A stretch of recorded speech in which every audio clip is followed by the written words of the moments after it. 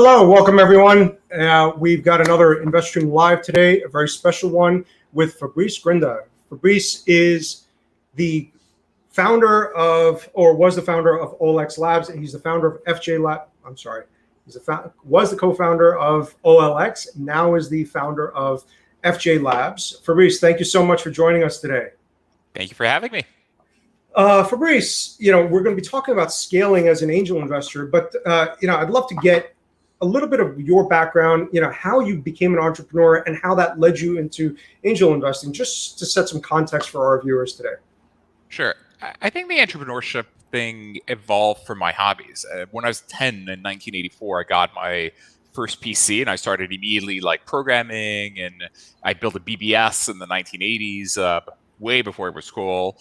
And it was really love at first click. And I never imagined for a second that what was a hobby would turn into a multi-billion-dollar business. But sometimes things evolve the right way. And all of a sudden, when I went to Princeton, they installed in my second year essentially a T1 line in my room. So while the rest of the world is connecting the internet at very slow, 19.2 kilobytes per second modems, I had 10 megabits in the room, and then saw the birth of the internet as we know it today. So Gopher to Mosaic to Netscape. And immediately it was clear to me that this is where I belonged. I mean, all of a sudden, the stars that had aligned, I was at the right time, at the right place, with the right skills. That said, graduated in Princeton, top of my class, but I didn't really know anything about business. And I'm like, if I build a business, probably going to fail. If I join a business, no one's going to take me seriously. I'm 21. So let's go to McKinsey & Company. It's management consulting. It's basically business school, except they pay you. And I'm going to learn the basics of business and improve on fundamental development needs like interpersonal communication skills, oral and written communication skills. And I did that for 2 years, actually thinking I would miss the bubble, but lo and behold, I didn't. And I felt I'd learned what I needed to learn. And so at the age of 23, I left to build my first startup, which is an eBay type company for the rest of the world. I was already in love with the concept of marketplaces. I loved the idea of creating liquidity and transparency in otherwise opaque and fragmented markets. When I discovered eBay, it was love at first click as well. And I was like, okay, this is what I need to be doing. And also it's an idea that's appropriate for a 23-year-old. The problem with the Amazons of the world where you need inventory, supply chain management, or an E-Trade where you needed a banking license and a lot of capital that were not available to people of my age. And so I built the company in France. So it launched what became one of the largest auction sites in Europe. And I think by virtue of being a consumer-facing internet entrepreneur, and at that time the story was compelling. This young, fresh-faced Frenchman coming back from the U.S. to bring the internet to France with a reasonable pedigree. The story hit on the PR level as well, and so I was visible. And by virtue of being visible, a lot of other entrepreneurs started asking for money and advice. Of course, at first I had no money, so I just gave advice. And led to my first angel investments, essentially when I became an entrepreneur. So in both cases, I started 22 years ago, and I became an entrepreneur and an angel investor more or less at the same time. Wow. So it definitely wasn't called angel investing at that time. And it wasn't a popular thing in the US. How was it in France? I mean, was there a burgeoning ecosystem of startups that might have looked to you as kind of the poster child for the French internet revolution, and were they all kind of looking at you as kind of the model for where they wanted to take their businesses, and was that kind of why they came to you, or was it they were looking at doing other things that were completely unrelated to auctions and marketplaces, but they still came to you for advice? So Yeah, no, it was essentially exactly what you described. Because I was so visible, I was the cover of the French Forbes magazine on the 8 o'clock news talking about the internet. So at first, it was really people started asking me questions about online auctions, but very rapidly, I kind of became the person you would talk to if you wanted to talk about what was happening in the internet in general and what was happening with the internet in France. So I became as you said, the poster child of the internet revolution, the French internet revolution. People wanted to be like me. And so started getting a lot of deal flow in ideas that were absolutely not related to auctions. In fact, I wouldn't do anything competitive. Yeah. And for a long time, it was I wasn't sure if I should even be engaging in this. It felt like I was working already 7 days a week, 20-hour days. Over 100 hours a week for years on end. It's like, dude, the last thing I felt I needed was like more commitment. And so I thought long and hard whether this made sense. But I realized I loved actually giving advice. I love helping other people. I liked sharing. And understanding the latest trends made me a better entrepreneur. And so actually, I thought it was actually symbiotic with my core business. Maybe a better entrepreneur to be helping them, and then in general, I liked helping them and being part of their stories and helping amazing entrepreneurs fulfill their destinies and vision. So, where was the first company that you invested? Where were they based? Were they based in France, or was it in the U.S.? No, the first ones were all in France because my first tech startup from '98 to 2000 was based. It was pan-European. We were one of the largest auction sites in Europe. And out of that, I also helped build an eBay of Latin America called Deremate, providing them with a business plan and technology, and own a fairly large chunk of the company, another team of people from McKinsey, BCG, Stanford, Harvard, et cetera.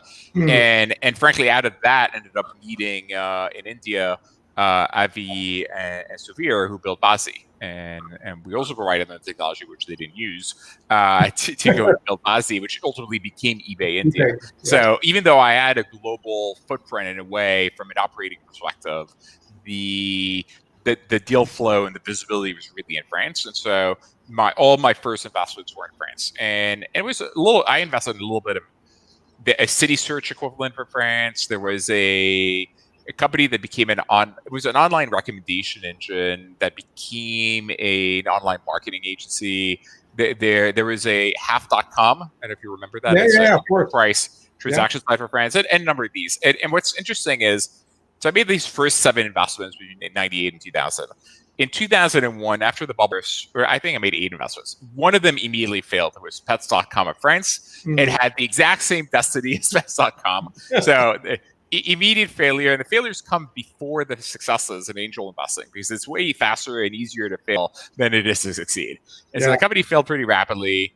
And if you'd asked me how much the 7 remaining were worth in 2001, I would have told you they're worth 0. I didn't even pay any attention to them whatsoever until years later. I think in 2004, 2005, at which point I was well on the way of running my second company, and the second company was a huge success. It was like 200 million in revenues and annual revenues, massively profitable. And I got a call from investment bankers saying, "Hey, this company is going public next week. We'd like your WAR information." And like, what? What company? They're still alive? What's going on? And frankly, more through sheer luck or at least good selection of entrepreneurs, because in my early angel investing, I kind of invested in everything and anything. And it was really more, did I like the team, and then did I like did conceptually the idea made sense in light of what was happening in the US. 7 out of the 8 ended up succeeding. So other than the first one that failed, I made money on all others. Wow. Which was including an incubator. All of them. Some I made very little, but got my money back, and some I made a lot, like the online ad agency that went public. But I was like, wow, this turned out to be more successful and more profitable than I expected it to be. Frankly, I didn't expect it to make I didn't want to lose money, but I didn't expect to make real money from this. I thought, this is a great way to be helpful and friendly to the ecosystem. And I quasi-considered it to be charity. It's like, I'm giving back to the community, and I'm helping other entrepreneurs with the experiences I've had in terms of how do you raise capital, if you're in a marketplace, how do you deal with the marketplace dynamics of matching supply and demand, who are the best VCs, how to manage your board. All the things I'd learned, which at that time were not necessarily common knowledge. I figured I would share them. I had no idea that this would actually ever make money.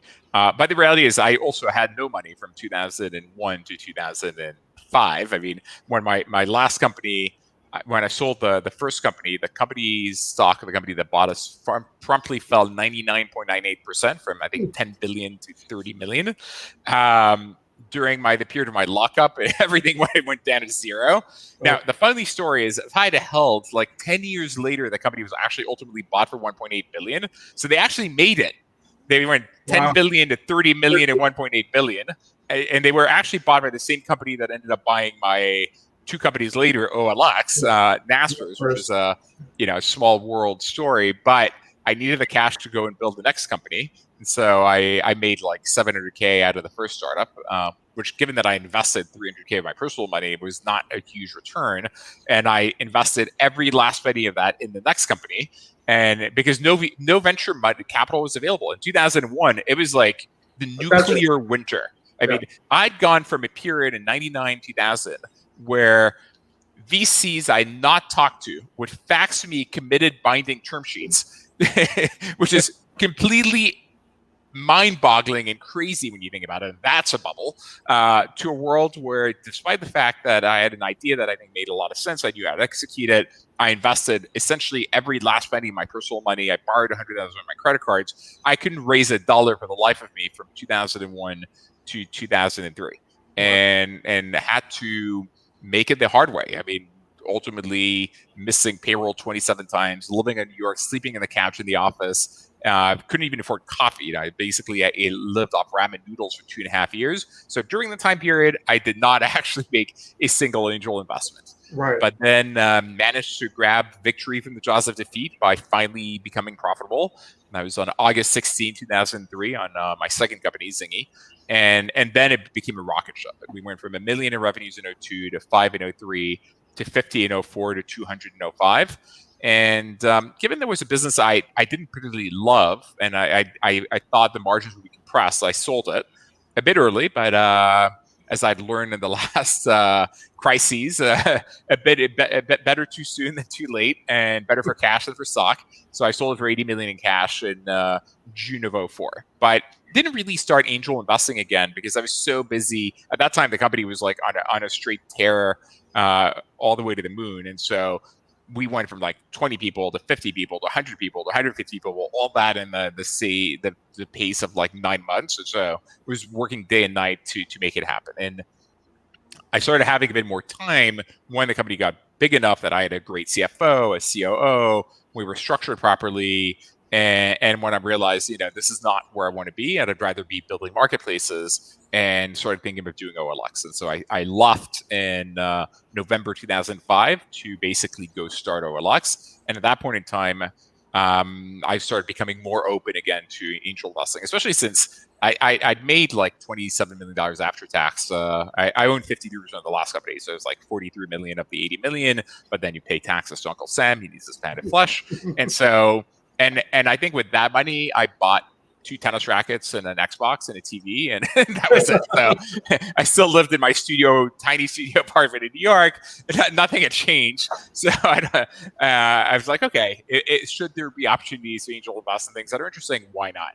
And because I started being a little bit visible. I mean, it's interesting. Like, I built a much larger company in the US than I ever built in France, but the big fish in a small pond, I was way more visible in France than I was in the US. And so even though I built a company in 2004 or 05, well, 2002 to 2005, that did hundreds of millions of revenues, was profitable, and sold it really well, I had no real visibility. So it didn't really have deal flow, especially being based in New York, where the ecosystem kind of cratered after the Silicon Alley hype had died, after companies like the Globe.com, et cetera, had all gone under. And so it took, frankly, the DoubleClick acquisition by Google and Kevin Ryan and a few of the early pioneers of the New York scene to have that recover and to start getting a bit more deal flow and seeing companies that I thought would be interesting. Yeah. So, so you started investing, or started looking at investing in again around 2005, 2007, that area. Did you actually sit down and think about, putting together a thesis around what you want to invest in, how you want to invest, what's the approach that you're going to take to investing? Or was it more kind of ad hoc, deal flow comes, I'll look at it. If it looks interesting, I'll do it. If not, I'll move on. Well, I mean, you need to remember, I was really busy building OLX. OLX, even in the early days, we launched, we went in 100 countries to see what would happen. And we spent $50K per country, so it's $5 million. And it just so happened it really worked in 4, which were India, Pakistan, Portugal, and Brazil. So we went down to 4, then really nailed it there, and then re-expanded to another 30 countries. And so now, of course, it's 5,000 employees in 30 countries. It's 350 million uniques. But even then, it was hundreds of employees in many geographies. I was traveling the world. I was extraordinarily busy. And so I spent really no time, to be honest, even looking for angel investments. Mm. But once again, being a visible consumer internet CEO, operating frankly in non-traditional geographies. Yeah. We were, even though we're a U.S. company and we raised from American VCs and our headquarters are in the U.S., most of our revenues most of the revenues are coming from Brazil, but most of the traffic and the user base was coming from India, Pakistan, Brazil, Portugal. And we were very visible in the rest of Latin America and Eastern Europe, started getting a lot of deals in these geographies by virtue of being visible. There were not many examples at that time, especially of very large, from a traffic perspective, consumer-facing internet companies, and especially less by I suppose, non-local, non-native people. And I was spending a lot of time there. I mean, I was spending like 2 months a year in Buenos Aires, a month a year in Delhi, a month a year in Sao Paulo. I was traveling all around Africa. And became very visible there. So started getting deal flow, and basically it was just review inbound deal flow. If I like something, I invest. If I don't like something, I don't invest. Now, pretty quickly in that process, within a year or two, started getting overwhelmed by the amount of deal flow and getting overwhelmed by the amount of work that it was taking away from the core business. And at that point in time, as a recovering workaholic, I was like, okay, maybe let's try not to be working 100 hours a week anymore. Maybe let's try to limit myself to 70, 80 hours a week. and so I kind of split the time, 60 hours on OLX and like 10, 15 hours in the angel investing. But as the deal flow started blowing up on the inbound side, I didn't have time to take 1 hour calls with all the different founders. I mean, if I had 40 inbound deals, that's 40 hours. It just didn't work. And so pretty quickly, I'm like, I need to limit my scope. And the easy way to limit my scope, and by the way, to be more helpful to the entrepreneurs, to be more thoughtful about what I invest in, is to focus on things I understand and things I like. And so very rapidly in that journey, and I don't know when it was, maybe 2006, 2007, I'm like, I'm only going to look at online marketplaces. So you can send me anything you want, but I'm only going to really engage if you're building a multi-sided marketplace. And it's in that context that we invested in Ticket Beast, which is like the sub hub for Europe, and a lot of those companies. The only exception to that rule is if you were someone I knew really well, or an entrepreneur that I'd backed in the past, that'd been successful, and was doing a second startup. If that's the case, whatever you do, I will back you, no questions asked. And it started taking on a life of its own. So very quickly started investing in 20, 30 companies a year, which isn't, in a way, not too bad. It's like 0.5, 0.6 companies a week. And did that for a number of years, and it kept going on its merry path between 2006 and 2012, until basically I sold OLX. So during that time, you were doing 23, 30 companies a year. How many deals were you looking at? Well, it depends on the definition you use. I was getting probably 40, 50 deals inbound a week, but many of them were out of scope. So many of them were sending me interesting things, but like nanotech, hardware, robotics, space tech, and I just wouldn't even evaluate it. So how many I would actually evaluate? Probably 15, which is already a lot of time relative to 10, 15 a week. Yeah. And that's why I was 60 hours on OLX, 15 hours a week on evaluating deals and making an investment decision. And there's no, and by the way, my process for following up is like I hate anything administrative, and I hate reading legal documents, like to the point that if I read 3 words, I fall asleep. It's also the way my companies have always been built. I've always had like a CFO, COO, because I don't want to deal with anything administrative whatsoever. So I would be on a call with the entrepreneur. On the call, I would tell them I'm in, I'm not, yes, no, why. So in a 1 hour call, I already had created in my mind a set of heuristics for evaluating companies and for evaluating founders, whether I thought their ideas made sense. And so after a 1 hour call, I would tell them I'm in, I'm not. And of course, we'd have agreed to the amount of the valuation. After that point, anything they would ever send me, I would I would have my assistant, my virtual assistant in the Philippines, auto sign the document. I would never read them. So my management process was easy. Any document they ever sent required a signature would be auto signed without being read. including the stock purchase agreement, exit agreements, anything. Like I just didn't have any time to allocate admin stuff. And frankly, it goes to show that most people in the world and most people I interacted with, at least maybe I'm a good judge of character, but I actually think most people are honest and most people have good intentions. And there was never a case where I said that we would agree, oh, the valuation is 5, and then the documents would say 10, Right. or the fully diluted percent of ownership I should have had should have been different than what it was. And there was never a case where I got screwed in an exit or whatever. And so to me, it goes to show that if you treat people right and you're friendly, people do right by you. But I think also, frankly, most people are fundamentally good. Now, Right.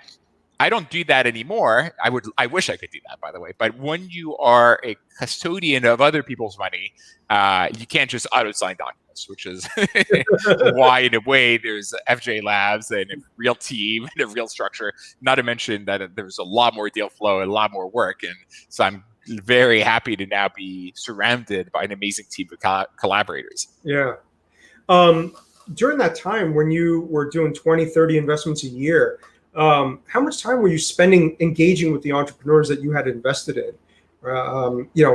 Where were you doing like quarterly calls with them, trying to help them? Was it more ad hoc? They would reach out to you when they needed something, and just managing completely ad hoc. I basically told them, look, I'm super busy and I'm highly scheduled. I like my day is broken up in 30-minute increments, so some meetings can go 45 or an hour, and you need to schedule time way ahead of time with my virtual assistant to get in my calendar. It's completely inbound. If you want my help, ask for it. I have no time to go and chase you down. If you want to send me a weekly update, send me a weekly update. If you want to send me a monthly update, you send me a monthly update. If you want to send me a quarterly update, you send me a quarterly update. If you want to send no updates, you send no updates. But the amount of help I will provide you will be directly related to the amount of time you put into getting my help. So if you actually really need or seek my help, I will give it to you. I am available and I'm super responsive, but you need to ask for it. It's not my job to go and chase you down. And that approach still works to this day. So, what are some examples of the type of help that some of the angel investments that you made, the entrepreneurs came to you for? A business model wasn't working and they were wondering what to pivot to, or if they were really early in they're very early in the marketplace dynamic, they're trying to figure out, should they take a percentage commission on the buyer or the seller? Should it be 1%, 5%, 15%, 20%?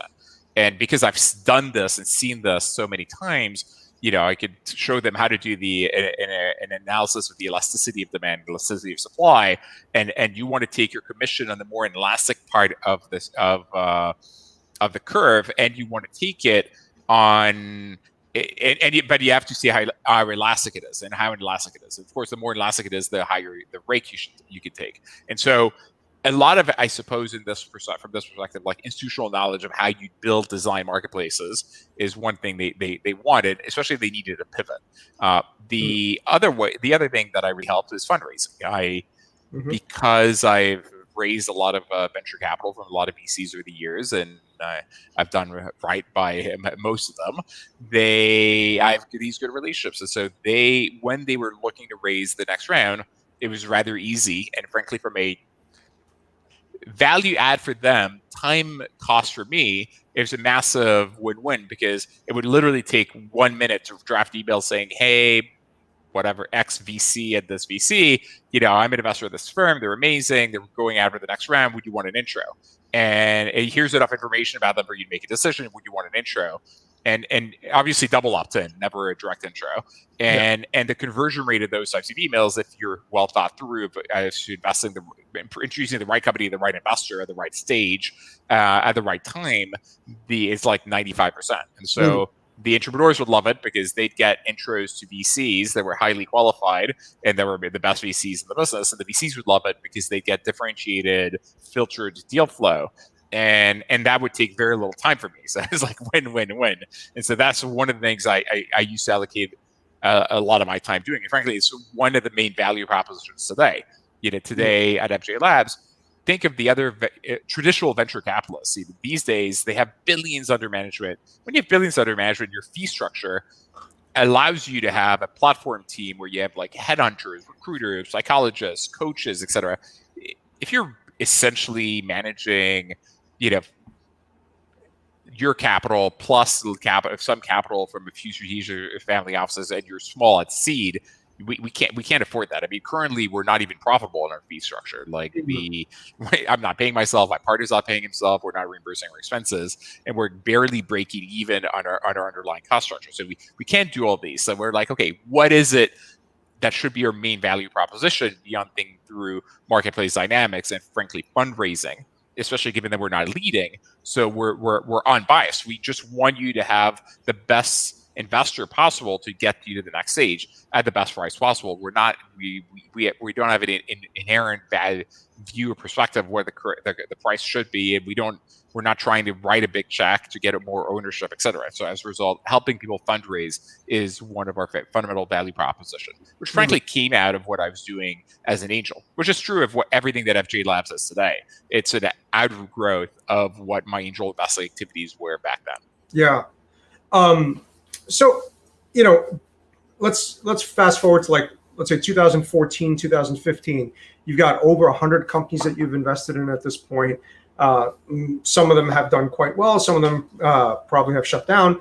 Have you gone back and kind of reevaluated your initial apprehension of administrative duties and said, well, you know what?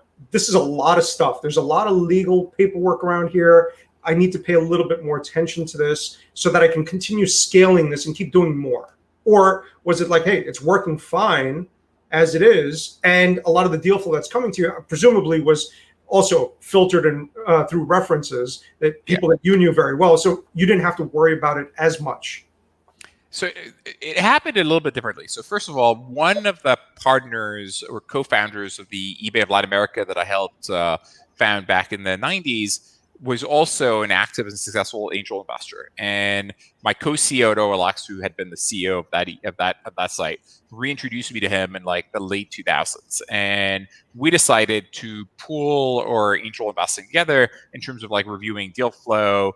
And we also had somewhat slightly different expertise, and he was way more into reviewing legal docs, et cetera. And so starting in, 2009, 2010, we started doing 100% of our angel investment together.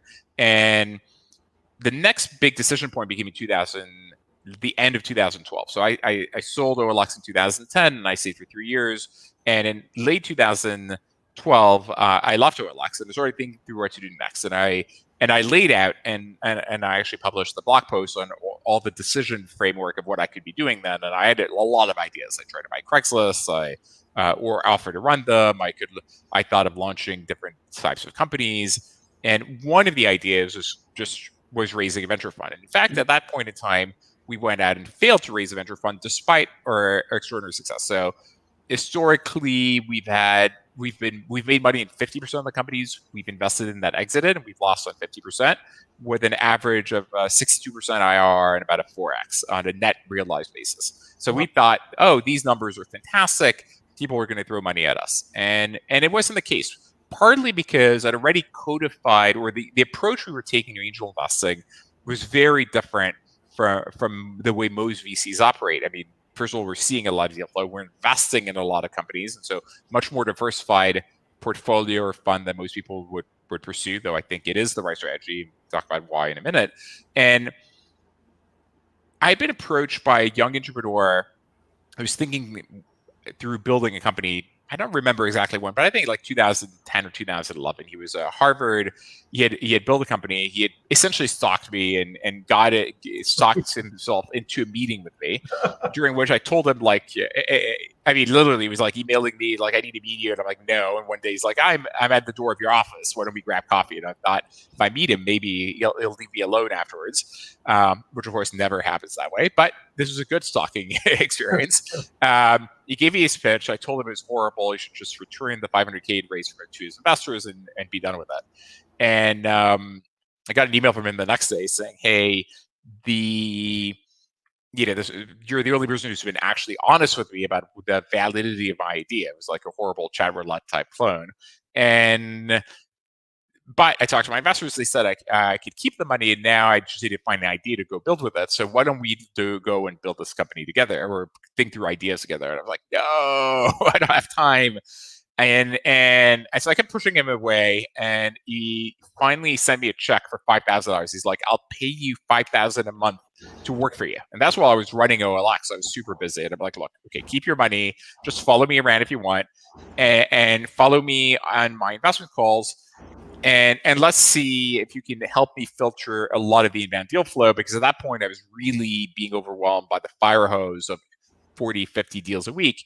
And I just didn't have time to go and through them. And so it forced me to codify my heuristics. So at that point, I actually did come up for the first time with how do I evaluate a company, and the four evaluation criteria, which are a perspective of the team, and we can go in them later, but then what is a good team? A perspective of the business, a perspective of the deal terms, and whether or not it fits my thesis of where the world is and where the world is heading. So these four criteria I codified, and I had him apply them. And I realized that actually, frankly, really smart people can actually apply the thesis and the heuristics if you give them enough at bats. And you, after each call, we would review what we thought and why. And very quickly, I basically let him filter all the inbound deal flow, and I would only take the calls that he deemed were interesting. At first, of course, he would rather filter less because he didn't want to pass the next Uber or Airbnb, but pretty quickly narrowed it down, and I'm like, wow, this is actually super helpful. Now, in the process of doing that, he started getting a lot of ideas and seeing what the trends were, and it led him to go and build his own company, which I guess we incubated and became the first startup studio company we built together. And so in 2012, or when I left OLX, or early 2013, I'm like, I like building companies. I like investing in companies. And I have an idea or a company I want to run right now. Why don't we create a structure with my partner, Jose, where every year we keep investing and we build one or two companies that we like building on a startup studio model. And we were off to the races. And the last thing that kid did, who today is, of course, CEO of Adore Me, it's over 100 million revenues, profitable lingerie e-commerce company, was recruit his successor. And so he went to another first year business school student. At that time, it was only Harvard, but obviously now we recruit a number of universities, and to replace them, to help us filter the inbound deal flow. And we first tried to raise a fund, failed, because the idea that you could evaluate companies on a 1-hour conversation and invest with, I guess, what most people would say no due diligence. I would argue that it is due diligence to be evaluating the unit economics, to be evaluating the founder, et cetera, and the presentation that they give us. But let's say limited due diligence is not something that resonated with institutional investors. And so I actually thought for a long time we're not going to build a VC fund. But in 2014, 15, strategic marketplace companies that I'd competed with when I was at OLX started approaching us saying, hey, we'd like a window into the future. We'd like to understand what's going on in the US. We'd love to invest with you. And of course, they, being publicly traded companies, are very large, needed things more of a legal framework and due diligence and structure that I would have done on my own. And that's where, frankly, my partner came to play. And if it wasn't for him, we wouldn't have a fund, because we wouldn't have, be issuing K1s and like whatever. I don't even know if we're SEC registered or all the stuff you need to do to run a fund. I would never have done. And that led to the real creation of FJ Labs and Fund 1 with external capital in January 2016. Interesting. Sorry about that. So as you started scaling out these investments, I mean, now you're probably at like 200 investments or more, right? At that point in time, or you mean now today? No, at that point in time. Yeah, several hundred investments, yes. Yeah. And what were you seeing in terms of exits, and how do you manage that number of personal investments, right? Like, I think a lot of angel investors get into the game, they start investing in a few companies, and for various reasons, right? Personality differences, or I'm not getting any updates, I don't know what's going on, or I want to get a lot more involved. People stop investing over time, right? And you've done this consistently for a long period of time with a very large portfolio, and with very little outside resources other than yourself and somebody who's stalking you. So, well, and a partner who became more and more incremental and useful in doing this. Yeah, right. Which eventually led to FJ Labs. Correct. But at 200 companies, I'm sure you're getting requests from founders to sign paperwork on a fairly regular basis. Oh yeah, no. Until I had a fund, all auto sign. Yeah, that was easy. Wow. Okay. I just signed all the docs for the longest time, or have my partner. And then in 2014, 2015, my partner started reviewing all the docs, and he was in charge of getting all that done. So anything legal that needed to happen, needed to forward to him, and he would take care of it. And so that. But in terms of managing, like, what are we invested in? How much money, capital do we have deployed from myself or my partner or our friends? Frankly, we would do trust shares or with other friends in different companies. Created a massive spreadsheet, like full of matrices, et cetera, that would calculate in real time implied IRR, actually net realized IRR, et cetera. It was a monster that I built over many years, but at some point it became untenable. Like if I do a refresh and calculating the IRR, my computer would freeze for 5 minutes. Well, it was encoded very beautifully, let's say. Yeah. And I tried to hire, I guess, a young intern from France. Reached out to me, and I don't remember when exactly, but like 2014, 2015, and asked if he could follow me around and work with me for like 9 months during some sort of like internship program that his school had. It was an internet school in France, and he was really bright and sharp, and so I'm like, sure, why not? So he followed me around, and we tried to work out what would be the best role for him. And I was hoping he could be chief of staff, but frankly, his English was not sufficient to help me deal with inbound deal flow. But he was an amazing product visionary. And so I told him, okay, why don't you build a team and you productize basically the tools we built internally for evaluating managing startups, and managing deal flow, and you put it in the cloud.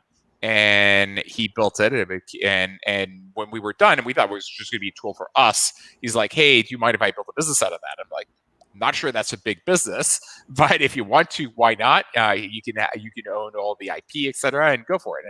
And that became a product called Kushim, KUSHIM.VC, which allows you to both manage your deal flow and your portfolio in terms of everything from cap table. Well, in the deal flows, like top of funnel, okay, just came in. Has it been reviewed? Has it been assigned? Is it reviewed? Where does it? If it's reviewed, what do we do with it? Do we decide to reconnect in 6 months? Do we pass forever? Do we invest now? If we invest, then it goes in the portfolio management part, where you have everything from the cap table to your ownership to news on the company, et cetera, and all kind of automated. And it's very inexpensive, very easy to use. And so started using that, and it made our lives a lot easier. Now, of course, as we started raising external capital, we started building a back office operation. So now we have a CFO, we have a director of operations. I don't know, maybe it's VP of operations. I'm not sure what the title is. He has an analyst. And so there's an entire back office team that does that. Though, to be honest, they report to my partner, not to me. And I don't really know exactly what they do on a day-to-day basis. I think they give me the time to go and talk to cool entrepreneurs, evaluate ideas, and invest money. And that's great. So, at this point, you or 2015, 2017, you have a vast portfolio. You have put a little bit more structure around how you're evaluating companies, how you're managing the deal flow, how you're managing the companies that you and Jose have invested in. What about verticals, right? Have you now started going outside of your core marketplace vertical and start investing in some other things that, like crypto, right? Or crypto-oriented startups that weren't really in your wheelhouse, but friends that you had invested with in the past, or people that you knew were getting excited about some of these industries and were saying, hey, Fabrice, you got to put some money into this. So first of all, marketplaces is still the core focus today. 22 years later. We're still at the very beginning of the marketplace revolution. Sure. Now, what's happened is the thesis I invested in marketplaces keeps evolving. There is a trend towards, and I guess a continuing trend towards vertical marketplaces. So you take the eBays and the Craigslist, but frankly, the Seamless Grubhubs, Upwork, Thumbtacks of the world, and you create beautiful, extraordinary vertical experiences there. There's another trend happening right now where you're reinventing these old school marketplaces where you go to Upwork and you say, I need a developer, and like 200 people apply, and you need to pick one. This marketplace design philosophy is called double commit. The new model is you say what you need, and the marketplace picks the supplier for you. So I need a plumber, they pick the supplier for you. I need an electrician, a programmer, whatever. And so this new model of marketplace pick is another one of the big theses we're investing in right now. And thirdly, B2B marketplaces. And B2B, we're still at the very beginning. In the consumer world, we've seen these extraordinary user experiences from Uber to Airbnb and to Instacart, Instagram, you name it. In the business world, a lot of transactions happen through Rolodex, through email, through Excel. And there's very little like online marketplaces, price transparency, discovery. And so we're focusing on bringing that to every vertical possible. And this is leading us right now to invest in things that you wouldn't think of, like dump truck driver marketplace. I mean, that's a $37 billion market. A marketplace to find welders on oil platforms, a marketplace, and again, much larger market than you would think. And so we're doing petrochemicals, et cetera. So we're doing a lot of these B2B marketplaces. Now, if you look at overall our portfolio, 30% of the portfolio is non-marketplace. A combination of former founders we back to do really cool, innovative stuff. So for instance, we were investors in a company called Vettery, which is a labor marketplace. And the founders obviously decided that as a next step after selling to Deco and BRE successfully, they were going to build an electric vertical takeoff vehicle, aircraft. So they're building a flying car, electric flying plane that's going to be a taxi that you can order like an Uber. It's a company called Archer. And so obviously we had to invest in that, despite having zero expertise in the category. We also back companies of close friends or ideas that we love, or frankly, infrastructure for marketplaces. Now, in crypto, it's a little bit different. I dabbled in crypto very early, though at this point, I'd have to read my old blog posts to know how early. But let's say in the early 2010s, just because I was a gamer, and I guess I'm still a gamer, and I had big GPUs, and I was using these GPUs to mine some BTC, and so I ended up having Bitcoins that I'd mined, and as Bitcoin became the rage, became really aware and frankly thoughtful about it, and Bitcoin itself, as I was operating in many of these emerging markets, really had a use case in being not really a currency, but really a store of value, a deflationary store of value. Because many countries, if you look at Argentina over the last 22 years, we had in the early 2000s a full, I guess, transformation of the dollars to pesos at an arbitrary rate where you lost 3/4 of your assets or 80% of your assets. They nationalized your retirement system. They imposed crazy capital controls. And so multiple times there was arbitrary confiscation of your assets. And the only way around it was having things like gold or diamonds, which are also variable in value and easy to steal and hard to store. And so it's not a surprise to me that a lot of the Bitcoin innovators come from markets where there's been high inflation, arbitrary confiscation of assets like Argentina and other emerging markets. And there's a real use case. And to me, that always made sense to me. And when I saw other crypto projects emerging, we ended up investing in a number of them, realizing that we were still early in the game. And at this point, we're still at the application layer. We're still building the bricks or the picks and shovels to build to build the infrastructure. And we're still pretty far from a useful application layer. I was pitched, obviously, many crypto applications, especially marketplaces, but none of them made sense. They were way too complicated to use. And there was no, if you're going to build something in crypto, you need to make a compelling argument as to why there's value in decentralization. In marketplaces, often there's a real value in centralization. If you think of an Airbnb, the fact that Airbnb, the central authority, is there, they provide the insurance, so they make sure that they prevent fraud, they solve issues between the hosts and the guests. Yes, they take a commission, but they also provide liquidity. They make sure that they have enough listings in every region. If you have a completely decentralized platform, these incentive systems are not there and don't work. And so there probably are use cases of marketplaces where there's value in decentralization, but so far I haven't seen any. And so we've scaled back. It's not scaled back. We just invested in crypto projects of friends. We're in Lolly, which is like an eBay for crypto created by a friend of mine, and it's amazing. That made sense. But as I said, we're still early in the development there, and there are no applications that we'd like to invest in, not in technology, but the application of technology. So we wouldn't invest in an AI company, but if you're using AI to do something interesting, that's compelling. So the old school marketplace, you have to go like eBay. You want to sell something. You write a description. You write a title. You pick a category. You pick a price. You take a photo. The new model is you should just take a photo, and the AI based on that photo should tell you everything. Like they should pick everything for you, including the price, and just place it on sale and like really simplify your life. Like I wouldn't invest in a drone hardware company because that's going to be commoditized and the margins are going to go to zero. But if you're using drones as part of your product in order to, fly over buildings and identify leaks to sell them to general contractors who are going to solve or fix them, that could be interesting. I mean, just made that up, but why not? Yeah. So, you've continued investing as an angel till 2018, 17, 2016. 16, which is when you started FJ Labs, right? And through FJ Labs, you've invested in how many additional companies?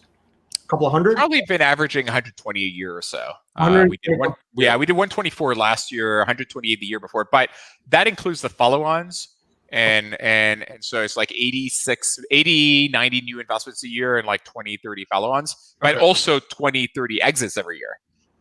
And what's interesting is how stable all those proportions have remained. Like we're still at 50%. We make money in 50% of the deals we invest in. When they exit, our IRR realized IRR 62% to date over the last 22 years, which is like top 0.01%, despite having increased or invested more and more. Now, of course, I suspect ultimately it'll go down as we're deploying more capital and we're writing bigger checks and sometimes in the follow-ons at later stages. So I expect that it'll probably go down to 30 or 40%, but it'll still be pretty amazing. But yeah, it changed, but in a way, not too much has changed because we're still operating the same philosophy I did as an angel, right? Like we're not leading, we're not pricing, we're not taking board seats. We still decide over the course of 2 1-hour meetings. So the deal would come in. Now we get about 100 deals a week. It's randomly assigned to a team member. And now we have a pretty big team because if you include both the studio and the investment side, there's about 32 of us. A team member reviews it. About 60 of the deals, 60% and 60 per week, are not on scope, so we don't even take a call. The remaining 40, and I've already passed on like probably dozens of others that go to my email or LinkedIn that are really of zero value. That are like, I have an amazing company. Do you want to invest? I'm like, not enough information to decide. I don't even reply. So it's really more than 100. But let's say 100 we review, 40 we take calls with. It's a 1-hour call. On that 1-hour call, the team member evaluates what do we think of the founder. What do we think of the business? What do we think of the deal terms? And does it meet our current thesis of where the world is and where the world's heading? They write a summary, a 1-page memo, and they make a recommendation. We review that over the course of a 2-hour meeting every week, where we focus on the companies that are the high priority, not necessarily the ones we're going to invest in, but the ones that are interesting, even if it's a pass because of valuation or whatever. And then my partner and I take a few calls a week, 10 total, and we invest these days on average in 2 calls per week. So over the course of 2 1-hour calls over a 1 or 2 week period, we decide whether we invest or not.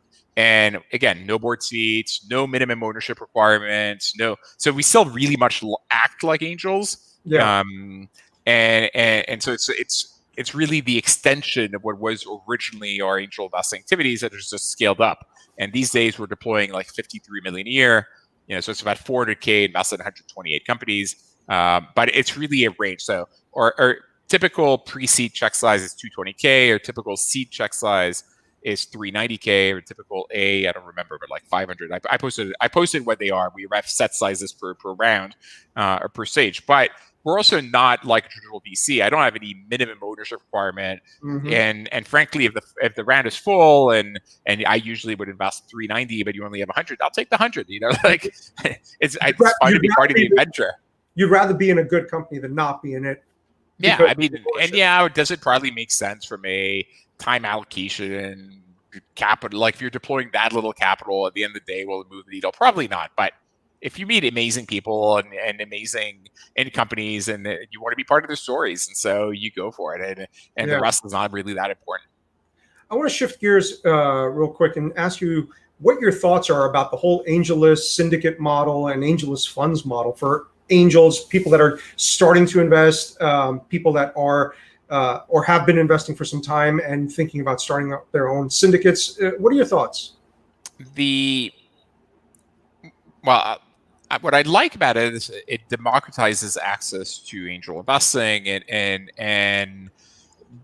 but you need to be very thoughtful, because venture investing, angel investing doesn't follow normal Gaussian distribution curve. So if you're investing in the stock market, the return distribution kind of looks like this, with a big fat middle, and you're probably better off just investing in the S&P 500, and you're going to get whatever the average of the market gives you. The issue is, if you look at venture returns, they're not distributed in a normal way. They're distributed in a power law. So if you look over a decade, the top 2 companies of the decade become super unicorns, and they represent 40% of the returns of the decade. The next 20 companies are worth more than 10 billion, represent 60% of the value. 40, no, so they're another 40% of the value. The next 100 companies are worth over $1 billion, represent 15% of the value, and everything else is like 5%. And so you need to be in the top 50 companies to really make it. And the probability that you're going to be in one of these by default is very, very low. And so I would recommend having a highly diversified portfolio. If you look at the studies, most angels, if they invest in fewer than 50 companies, don't make any money, and if they invest in more than 50 companies, and end up being successful. But I would also recommend having a thesis, being thoughtful about what you invest in. And so I wouldn't invest in like random companies on AngelList. I think that's really a terrible idea. I would invest in the funds though, but I wouldn't follow some people have syndicates where, I'm doing this deal, invest in this deal. I'm doing this deal, invest in this deal. I don't like that, because then you're A, picking and choosing, and B, then they make money, and if they lose money, you lose everything, but they don't lose anything. And if they make money in another deal, they get their profit in another deal, right? So the deal, they get paid per deal. So even if let's say they do 100 deals, they make money in one deal, they lose on 99. They will take their profit on the one, but they are not going to deduct it from the losses on the 99, because they're done individually. Well, if you go to a fund, it's blended. They've lost their money on those other 99 also, right? Yeah, but they don't put that much money to play, to be honest. Like, it's not like us. I mean, so today we've deployed 262 million, and 100 million of that is our money. I mean, we put it's basically everything I have is invested in tech startups. Yeah. This is not the typical fund manager where it's like 2% or whatever of the fund is represented by their capital. And so I would recommend a highly diversified portfolio in angels. And in fact, we have our own fund on AngelList, which is a friends and family entrepreneurs fund. This way, the entrepreneurs in our portfolio, who are by definition highly concentrated in one startup, can get exposure to the tech ecosystem at large and get some diversification. And we do one of these funds every year just for that reason. And that's the type of fund I think people should invest in, because then they get exposure to like hundreds of companies, or at least dozens of companies. And it's more diversified. And yes, you're not going to get the 200xer because they'll be blended with the losses, et cetera. But you need to remember, the 5-year survival rate of a startup is 7%. So when you're investing, there's already a 93% probability that that company is dead within 5 years. Yes, yeah. And I'm sure if you look at the 10-year, it's obviously less than that by definition. And so diversification is key. I guess general advice: only invest money you can afford to lose. It's not quite like going to Vegas. The way I see it is more, and it's the way I've always seen it, because in the early days when I was investing, I had no money. So it was really like, I'm backing a friend. It's going to be an amazing adventure that we're all in on together. It'll lead to amazing stories, and we're trying to make a difference. Most likely it won't work, but it'll be a fun adventure. And that's I think the correct mindset to start angel investing in. Don't expect that you're going to make lots of money this way, because frankly, it's not the best way to make money. It's really hard. Most likely you're going to be losing money. So think of it as a trip to Vegas. You know, you kind of answered this question. We had a question from Vikram. Basically said, you know, what should be the mindset of a early stage VC or an angel while they're working, while the startup's potential for an exit could kind of be nothing, or more likely that they're going to shut down in less than 5 years, right? So the average duration today between a seed investment by an angel and an exit is 10 years. A seed investment to an exit is 10 years. Wow. Yes. And it's kept increasing. So in 2001, the Series A to IPO or exit was like 4 years, and now that's 7.5 years. And the seed, of course, is happening before then. If you're investing pre-seed at the angel round, that's even before then. That's why it's really 10 plus years on average for most exits. Now, there is liquidity. There are these days liquidity opportunities along the way for companies that are doing well. You have platforms like Forge where you can sell your interests, but you can only do that in the companies that are doing the best. And that would also go and defy Silicon Valley or orthodoxy, which says you should double down on your winners and not be selling them. Now, we actually do sell them because I need cash in order to pay for the operations of the fund and to keep investing every year. So we do recycle capital, and on average, our exits have been coming 4 years down the line. But that's because we're selling in secondaries in the up rounds of the most successful companies. But for most people, the real exit is when there's an M&A event or an IPO 10 years down the line. So you need to be very patient. Gotcha. Another question came in from Arnaud. How are you getting access to the most competitive deals by being under the radar and being oversubscribed? So when the deals, because I'm not a traditional VC, I'm not. Imagine there's a Series A happening or Series B and whatever. Sequoia and Andreessen are fighting. They want to be writing a $10 million check in the company, and the company doesn't want. But the pre-money is whatever, 30 million pre-money. And the founders don't want a huge amount of dilution. They don't want to be raising 20. They're only going to take one of those two. Because these funds have minimum ownership requirements. They don't want to own less than 15% or whatever their internal rules dictate.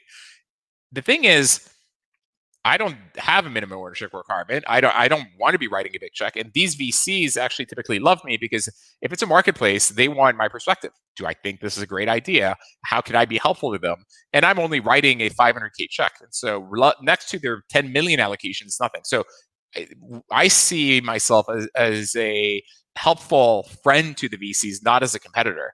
A third of our deal flow actually comes from other VCs sending us deals saying, hey, we're thinking of doing this at whatever stage. I mean, everything from pre-seed to Series B or C. What do you think? Would you like to participate and do this with us? And in fact, 50% of the deals we invest come in from other VCs. And in return, of course, we send them deals. In fact, we send them a lot more deals than they send us because a traditional Series B VC is going to do 2 deals a year. And we're going to do 100 deals a year. And all of our, and mostly seed and pre-seed and A, all of these deals are going to need to go, all the C need an A, all the A need a B. So I'm going to send them a lot more deals than they're going to send me. And it's win-win-win. The entrepreneurs love it because they get funded and they get introduced to great VCs. We love it because the companies get funded and we get deals from VCs. And the VCs love it because they get differentiated deal flow. And so we're in a position to get in, frankly, almost any marketplace deal we want to get into. And it's a very privileged position. But it also comes from the fact that we chose to be specific. We're not trying to compete in everything. we know our knitting. Like by sticking to our knitting, by doing marketplaces, by being very thoughtful and helpful there, and building this brand, marketplace founders want us in the cap table. Other VCs in the deal want us to be part of the deal because we can be helpful and they want to understand what we think of the deal. And the fact that we've seen so many at bats is refining our craft. We're refining our thesis. We're refining our heuristics all the time. And so if you were to start an early stage VC fund, or I would actually highly recommend be specific, focus on something that you are truly differentiated, that you really have very clear understanding of, that you could be extremely helpful in, and then people will want you to be part of this. And I think limiting our scope to marketplaces, which by the way, in a way, is not that limiting. We're in every geography, at every stage, in every industry. Just happens that we have one business model, has been, I think, probably the best decision we ever made. You're muted. Fabrice, sorry. I want to be cognizant of your time. We're at time. If you have a minute or two for a question, great. If not, yeah. All right. So we got one question from Siddharth. As a novice early stage investor, how much do you feel companies seek out strategic value that an investor provides versus just capital? And how much does this have an effect on deal flow? The answer, of course, is it depends. Some companies need, if you're in the B2B space, you need access to the people that are going to be signing the deals. And so if you can introduce them to strategic partners, extremely valuable. At the middle stage, or the larger stage, at the Series A and B, the big VCs that have amazing platform teams, like think of Firstmark or Andreessen, they can help you recruit. They have amazing talent on board, and so they can provide a lot of value. And I would, but I think that's probably the wrong dichotomy. Is like what is the, how I would pick my VC is neither how much capital they're providing or what valuation were they investing in, or what is the theoretical help they can bring me, or an investor is, do I get along with them? It's kind of like a wedding. You're in it for the next 5 years and probably the next 10 years together, and you need to know that they have your back. So you need to get along with them, and that's true of any investor you work with. You need to like them and want to work with them, and it goes in both directions. And that would probably be the first decision criteria. I would also recommend not raising too much money at too high a price, because then you're priced for perfection, and that's a very high killer of companies when you don't grow into that perfection for the next round. And down rounds can essentially, people don't want them to happen, and so they don't happen. So the company doesn't get capital, and the companies just die. Yeah. One last question. Can you share a little bit about your venture building practice? So I've always loved running and building companies, and so the startup studio side is a means of scratching that itch. The way we work, and I'm going to write a blog post on this, is every year we go to 5 business schools at the first year students, and we go to Stanford, Wharton, MIT, Columbia, and Harvard. And on average, we interview 200, 250 students. So we say, okay, you can join us full time during your summer, between your first and second year. We're going to teach you half the summer venture capital, and the other half of the summer, we're going to put you in one of the companies that we're building right now. So you know what it's like to be an early stage entrepreneur.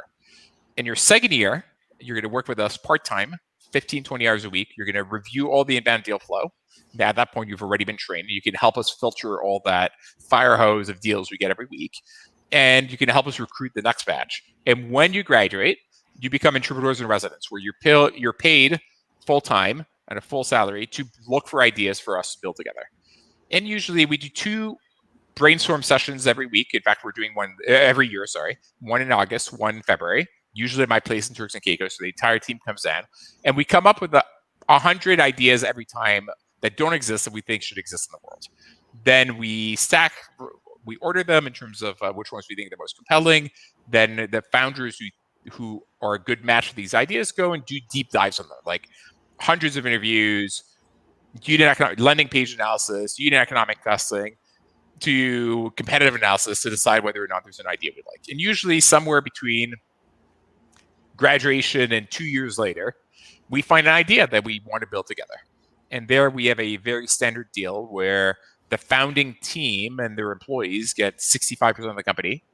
We get 35% in exchange for $750K, and the fact that we're on the board, chairman, and helping build the company and build whatever they need. And we do 1 or 2 of these a year.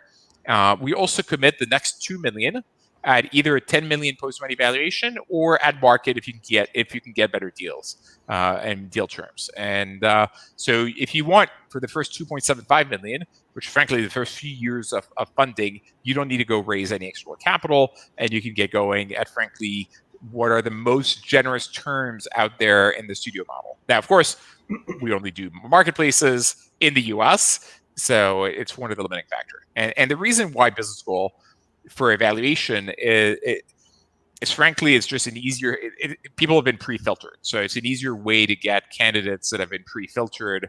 And there we mostly focus not on people that come from, I guess, private equity or McKinsey, et cetera. It's really people that may have had that background, but also where city managers or Uber or Instacart or Airbnb or product managers and have operating experience, typically in larger scale startups, but now want to go and build it on their own. Gotcha. I have one last question for you, and then I'm going to let you go. No worries. Fabrice, you've invested in tons of companies across the globe, all different types of verticals. What are some of the geographies that you're most interested in today? So first and foremost, I'm most interested in the US. There are 2 ecosystems that are highly developed in the world today. It's US and China. But in China, it's not a level playing field. And I don't think as a foreign investor and entrepreneur, I could operate successfully there. And so it's the US. So the US remains the bedrock of core innovation. And we like to invest in innovation and in disrupting old school incumbents with better user experiences and interfaces and better business models and harnessing the deflationary power of technology to make the world a better place. And so at the end of the day, 70% of what we do is in the US. Now, because OLX is so global, and because my partner is based in Europe, we also get a lot of deal flow. So the second big geography we focus on these days is Western Europe and the Nordics. And the Nordics, especially like Sweden, as a very diverse ecosystem. But there's been fundamental democratization of internet entrepreneurship. It used to be in '98, you really needed to be in Silicon Valley because just to get the lights on, you needed your own data center and your own servers and an Oracle database and Microsoft web servers. It cost millions of dollars, and there was expertise that was required that was only available there. Today, with the no-code revolution, everything in open source is so much easier and cheaper to build a startup than ever before. So we're seeing innovation. So even in the US, it used to be Silicon Valley, and then Silicon Valley, New York, LA, Chicago, but now it's happening everywhere. We're investing across the US, and we have many successful investments in completely non-core geographies. And I don't mean like Austin. I actually mean like Syracuse, New York, or Raleigh, North Carolina. And so that's already a big trend. In terms of outside of the US, the main places we've been focusing on are Brazil and India. Both are large countries. And as a result of being large, have large domestic markets and pretty robust capital markets. The thing is, for venture capital, for angel investing to work, and frankly for startups to work, you need seed money, which is available in every country in the world. Whether you're large or poor, or large or small, there are always rich people willing to fund startups. And so the good news is seed capital is available everywhere. The issue is Series A and B is not really available in the small markets, and as a result, it's hard to get funded to the point where you get to 100 million in valuation or 100 million revenues. At which point, the later stage global guys like Tiger Global will find you. Now, if you do make it there, then the American investors will find you. But the problem is that there's that valley of death, Series A and B, where you can't get funded if you're in Chile, and also you don't typically, even if you're successful, you don't get acquired. And you don't get acquired because on the M&A list of Google, Chile is going to be very low down the list. And the thing is, that's true. And I don't mean to pick up Chile, but that's true of like all the mid-sized company from Uruguay to like Peru to whatever in Latin America specifically. And now we are also doing, it's changing a little bit now in countries where the where there are already a few successful examples, the ecosystems are burgeoning. So right now in Colombia, there's Rappi, which is like this Uber Eats, Instacart of Latin America that is doing really well. And as a result of that, the Colombian ecosystem has started burgeoning. We've made a few investments there. Mexico, with its 100 million people, has finally started to become more robust. So we're building a company partly there as we speak. And in Africa, right now, we're looking at Nigeria, Kenya, and South Africa. I probably wouldn't do the other markets yet, just because it's too frontier. It's too hard to get capital. It's too hard to get exits. But the larger markets are definitely where I would start. I also avoid places for now, like Indonesia, even though they're a large population doing rather well, just because the people who win, these countries are dominated by a few families that are highly connected. And so the winners need not be the very best teams, which I think I know how to evaluate, but the people that are the best connected. And because I'm not on the ground, I don't understand the local political ramifications of like who's well connected, who's not well connected. And we saw it play out in a few of the companies, like in the online travel agency space. You needed to have an online travel agent's license in order to operate. Yeah. And they only gave it to people that were connected. So it wasn't the best team that won. It was the best connected team. And those are the types of dynamics that I don't like. That's part of the reason I don't invest in China. And so I'd say, US, Western Europe, Nordics, Brazil, India would be core focus for us. And then right now also Colombia and Mexico. And we're also looking at larger African markets. And we'll see where it goes. I suspect that as the no-code revolution takes hold, we're going to see more and more innovation everywhere. And as capital democratizes a bit more, it'll be easier for people to launch successful companies from everywhere. So I suspect that spread is going to increase, because if you actually look at our geographic spread, I think we're already invested in like 30 countries. And that there are always counter examples. As we speak, we're trying to invest in a company in Egypt. But again, if you look at the 120 we do every year, it'll be like 5 in like non-traditional geos and 115 in traditional geos. Yeah. I know I said one more question, but if I could ask you one last one, and I promise this is the last one. Investing in Alibaba, what was that like? And when did you invest? My first auction site in '98, I wanted to call it Alibaba. And that was the name of my business plan. The entire site was designed Alibaba. And there was this tiny Chinese company that had bought the domain. And just so happened, I also speak Mandarin. I studied at Beijing Normal University in '94 for one of my semesters while I was at Princeton, actually a summer semester. And so I reached out to Jack Ma at the time, who's completely unknown, and I asked if he would be willing to sell me Alibaba.com for $10K, which he declined to do. Wow. Probably a very wise move on his end, though I would have not done anything near what he's ended up doing with it. But as a result, I became aware of Alibaba very early on in its existence and of Jack Ma, and I kept following it. And it's actually funny because in the consumer space, what really made them was their auction site called Taobao, which had lost the market. So originally, and it goes to show eBay's incompetence. Originally, eBay bought the leading player in China. The name escapes me, but they had a 99% market share. Wow. And they were like, okay, we want China, everything's great, let's start charging. And they over monetized the Chinese site, and they really didn't understand what they were doing. And they didn't understand that only 4% of people in China were online at that point in time. Mm-hmm. And so even though you were the dominant player today, you had to capture the hearts and minds of the next 90% of people coming online in the next decade. And so Jack Ma launched Taobao, went free, was doing very aggressive online advertising, took the market away from eBay in a few years. And eBay was completely incompetent. They had won the market and they mismanaged it. By the way, they did the same thing in Korea. They bought internetauction.kr. They had 99% market share. There's another startup that launched called Gmarket that went from nothing and kept investing and growing while eBay kept monetizing and making sure they had good returns. And within a decade, they'd lost the market, and they had to buy Gmarket for like $1 billion or more after they'd already won. So, well, same thing in India, right? Same thing in India. So, and created that.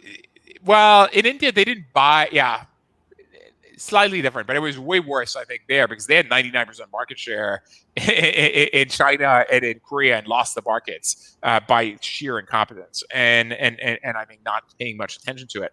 And so in 2011, there were early investors in Alibaba. I think it was IDC, or no, I think it was a Tiger Global fund that had created an SPV to invest in Alibaba in '99. And these funds, most funds have a 10-year life. Yeah. And after 10-year life, you can extend it 1 year, then you extend it another year. And at that point, the investors in it, they were tired. The company was valued at like 15 billion, more or less, which is $4.11 a share, something like that. Right. And so they decided to create an opportunity where they would sell their stake to other people. So I was able to invest in Baba at that point at $4 a share. And I put like $1 million, and it's been great. It turned into like $20 million over the course of the next decade. So it was fantastic. Fantastic. Fabrice, thank you so much for making the time and going over. This was a great chat. I learned a ton talking to you, and I'm sure a lot of other people have more questions. So hopefully we can get you on the show again sometime in the future. I'd be delighted to. Thank you for having me. Thank you very much. Thank you, everyone, for joining us. We'll see you again next time.